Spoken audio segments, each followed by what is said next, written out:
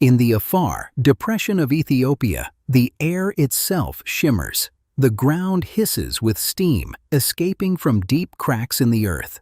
This isn't a dying desert. It's the delivery room of a planet, a place where the ground trembles because something new is being born. Beneath your feet, an ocean is forming, not in millions of years, but now. The rock groans and splits apart, making way for the water that will one day flood this entire valley. This is the very beginning of a sea, a raw and powerful moment in Earth's story, happening right before our eyes. Now, zoom out, way out. From space, you can see this isn't just a local event. It's a massive scar stretching 6,000 kilometers across Africa, from Mozambique all the way to Syria. This is the East African Rift Valley. It's a continent in the process of tearing itself in two. The engine driving this colossal split is a superplume. Think of it as a giant pillar of superheated rock rising from deep within the Earth. It pushes up against the continent's crust, stretching it, thinning it, and pulling it apart like taffy until it finally breaks. This planetary tension creates some of the strangest places on Earth. In Tanzania stands a volcano called Ol Doinyo Lengai, the Mountain of God. It is the only active volcano that erupts a bizarre, cool lava. It flows not as fiery red rock, but as a runny black liquid. This strange lava is barely hotter than boiling water. It moves fast, like muddy water, and within hours of erupting, it cools and turns a ghostly white. It looks like the mountain has been dusted with snow, a weird and beautiful symptom of a continent being ripped apart. This natrocarbonatite lava, as it's called, is so unique because it comes from a very different part of the Earth's mantle. It's a direct message from the deep, a sign of the immense and unusual forces at play beneath the Rift Valley. This brings up a fascinating puzzle. The Rift Valley is a place of incredible destruction. The ground splits open. Earthquakes shake the land. Volcanoes spew strange fire. So how can a place of such violence also be one of the most vibrant cradles of life on our planet? The answer is amazing. The very forces that are tearing the continent apart are also creating the perfect conditions for new life to explode. The destruction is actually the engine of creation. It's a paradox that defines this entire region. Take the surreal soda lakes, like Lake Natron. Its waters are often blood red, colored by tiny organisms that love the salty, harsh environment. The water is so alkaline, with a pH over 10.5, that it can mummify animals that die in it, turning them into eerie, stone-like statues.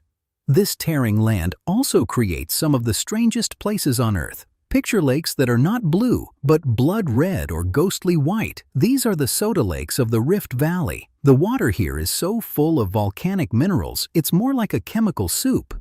It's too harsh for most life. But life finds a way. Millions of flamingos flock to these lakes. They have special filters in their beaks that let them eat the tiny algae that thrive in this weird water. It's a landscape that looks like another planet, but it's a perfect home for these tough, beautiful birds. This same volcanic power shapes Africa's most famous spectacle. For thousands of years, the volcanoes of the Rift have spewed ash across the land. This ash breaks down into incredibly rich soil. It creates the perfect food for grass. It creates the Serengeti plains. And because of that grass, millions of wildebeest and zebra march across these plains every year. This is the Great Migration. It's the largest movement of land animals on the planet.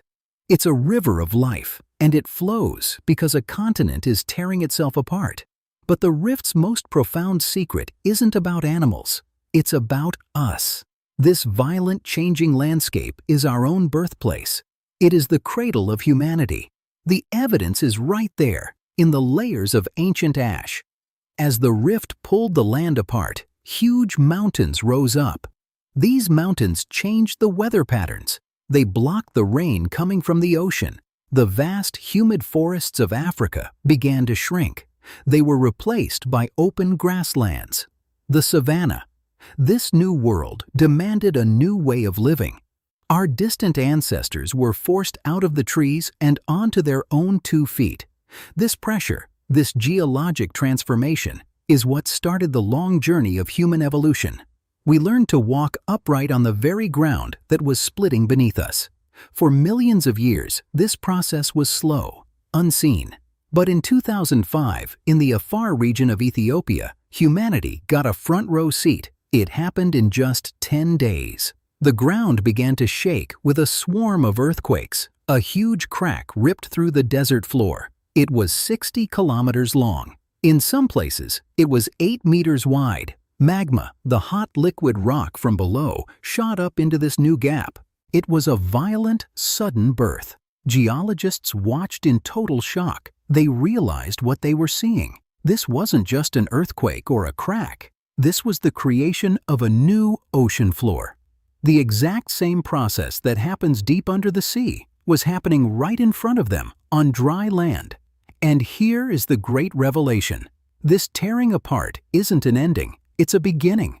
All the strange pieces we've seen, they are not separate events. The deep magma plume, the weird black lava volcanoes, the caustic soda lakes that shelter life, they are all part of one single, magnificent process, the birth of a new ocean. The consequences of this deep process are felt on the surface. That volcanic ash from the rift's unique volcanoes creates incredibly fertile soil. This rich earth grows the vast grasslands of the Serengeti and Masai Mara. And these grasslands, in turn, fuel the Great Migration, one of the most spectacular displays of life on Earth. The very force destroying the continent is also the force that sustains its most vibrant life. It is all a grand cycle, a beautiful, powerful loop of creative destruction. The planet is not just breaking something old, it is actively building something new. The rift isn't a scar, it's a cradle, a place where a continent dies so that an ocean can be born. So what will this new world look like? Geologists have a surprisingly clear picture. In about 5 to 10 million years, the process will reach a tipping point. The Red Sea and the Gulf of Aden will finally break through the lowlands of the Afar Depression. Salt water will pour into the valley, flooding it completely. A new sea will slice Africa in two.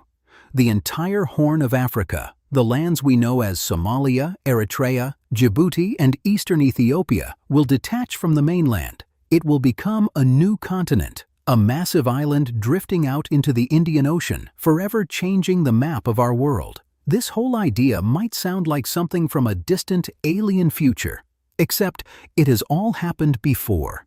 You are living on a planet that has already gone through this exact process.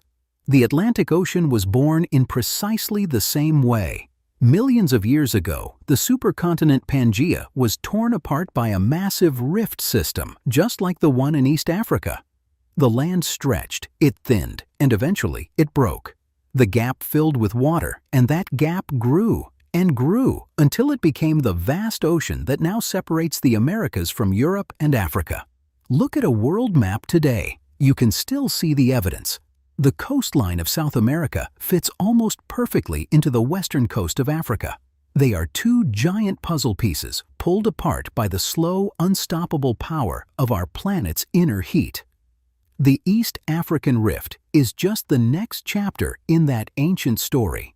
The ground beneath our feet feels solid, it feels permanent. But the story of the rift proves that it is anything but. Our planet is a living, breathing, dynamic system. It is constantly remaking itself in slow, powerful movements that we can barely perceive in a single lifetime. We are living on the thin crust of a world that is forever in motion. But what is the engine driving this continental split? Deep beneath Africa, a giant plume of super-hot rock from the Earth's mantle is pushing upwards. It's not lava, not yet. It's a massive, invisible bubble of heat pressing against the underside of the continent like a thumb pushing up on a sheet of rubber. This pressure from below stretches the Earth's crust. It makes the rock thin. It makes it weak. Over millions of years, the crust gets pulled so taut that it begins to fracture and crack.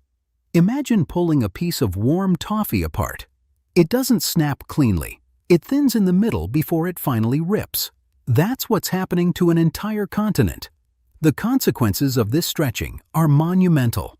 As the cracks form, huge blocks of land in the middle begin to drop down.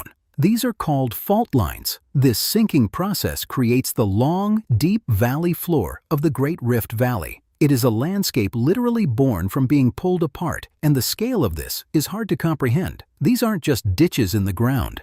They are vast chasms, thousands of feet deep and thousands of miles long. This is a scar on the face of our planet, a wound that is slowly opening inch by inch, year by year, revealing the fiery heart of the earth below.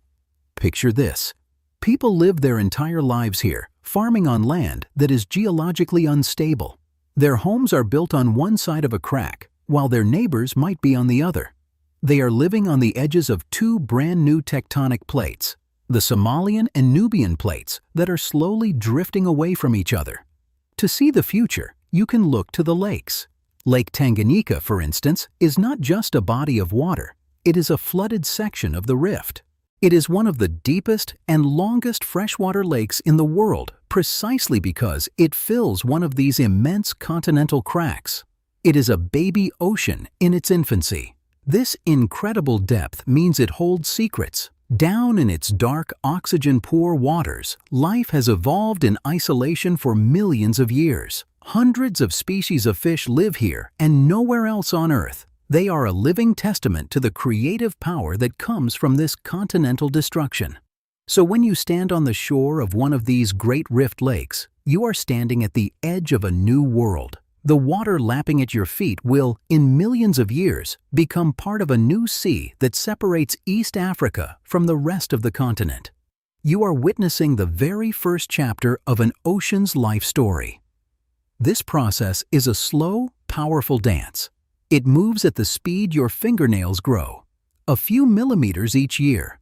It is a pace too slow for us to feel, but over the vastness of geologic time, it is an unstoppable force. It is the planet remaking itself right before our eyes.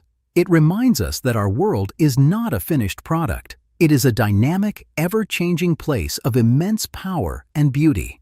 The ground beneath our feet is not solid and permanent. It is a temporary arrangement in a grand cosmic cycle of creation and destruction that has been going on for billions of years.